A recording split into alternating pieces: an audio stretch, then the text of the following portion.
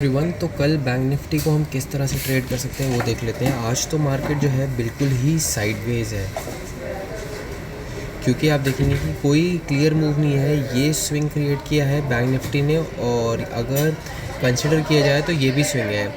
तो हो सकता है इस बारी जो एक्सपायरी है वो हमारी साइडवेज हो, क्योंकि ये जो है काफ़ी अच्छा डिमांड जोन है जहाँ से एक बुल मूव आया था। But on the other side अगर यहाँ पर रेंज बनकर ब्रेकडाउन आ जाता है तो जो लास्ट स्विंग एरिया है 41,800 के लेवल हमें देखने को मिल सकते हैं, और यहाँ से थोड़ी एक बाइंग प्रेशर क्रिएट हो सकता है। क्योंकि ऑलरेडी अगर आप ये देखेंगे, ये एक स्विंग ब्रेकआउट हुआ, ब्रेकआउट के बाद मार्केट ऊपर गया, मार्केट नीचे आया, यहाँ पर सपोर्ट लिया, तो इमीडिएटली जो है यहाँ पर ब्रेकडाउन नहीं आना चाहिए। जैसे मार्केट इस डिमांड जोन को रिस्पेक्ट दे रहा है, अपने जो स्विंग्स हैं वो डाउन साइड आता जा रहे हैं, मतलब कि जो स्विंग है जैसे हाई जो क्रिएट कर रहा है वो पिछले हाई से कम आ रहा है।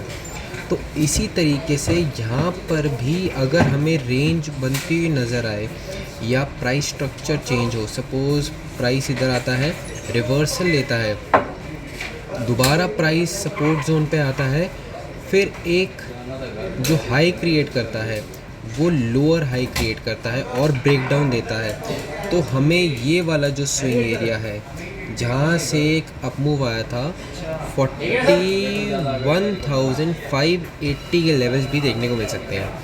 बट अगर अपसाइड देखा जाए तो जब तक बैंक निफ्टी अपने ये प्रीवियस स्विंग एरिया है जो कि है 42,240 के लेवल्स को ब्रेक नहीं करता, तब तक हम बाइंग साइड पे नहीं जाएंगे। और अगर 42,240 को ब्रेक करता है बैंक निफ्टी तो हमें टारगेट्स मिल सकते हैं 42,385, और सेकंड टारगेट जो मिल सकता है 42,510 का।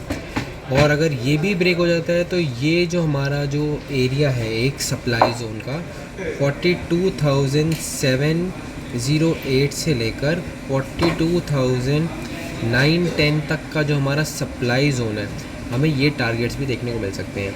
बट अगर बैंक निफ्टी गैप डाउन ही इस एरिया पे हो जाए तो हमें यहाँ पर प्राइस एक्शन देखना है, या कोई डोमिनेंट कैंडल मिल जाए हमें, जैसे कि ये वाली कैंडल थी। अगर कुछ इस तरीके से कैंडल मिले, उसका हाई ब्रेक हो, तो हमारा जो टारगेट बन के आ सकता है 42,038, और सेकंड टारगेट जो हम ले सकते हैं 42,280 के आसपास का हम टारगेट ले सकते हैं। और अगर bank Nifty gap up open हो जाए इस एरिया के आसपास, तो हमें ये देखना है कि अगर कोई बेरिश कैंडल कुछ इस तरीके से बन रही है तो डोमिनेंट बेरिश कैंडल होनी चाहिए, या तो इन्वर्टेड हैमर या शूटिंग स्टार के लो के नीचे हम सेल कर सकते हैं ऊपर का stop loss. In morning setups के अंदर एक बेनिफिट ये आपको मिल जाता है कि जो स्टॉप लॉस होता है आपका वो बहुत ही मिनिमम हो जाता है, और एक डेफिनेट स्टॉप लॉस आपको मिल जाता है, और टारगेट जो है वो आप राइड कर सकते हो अपने की लेवल तक का, आपको ये बेनिफिट मिल जाता है। और अगर आप ऑप्शन सेलर हो तो मार्केट अगर साइडवेज भी चली जाती है तो थीटा डीके की वजह से भी आपको उसका बेनिफिट मिलता है। तो बस आज के लिए इतना ही। Please do like, share and subscribe. Thank you.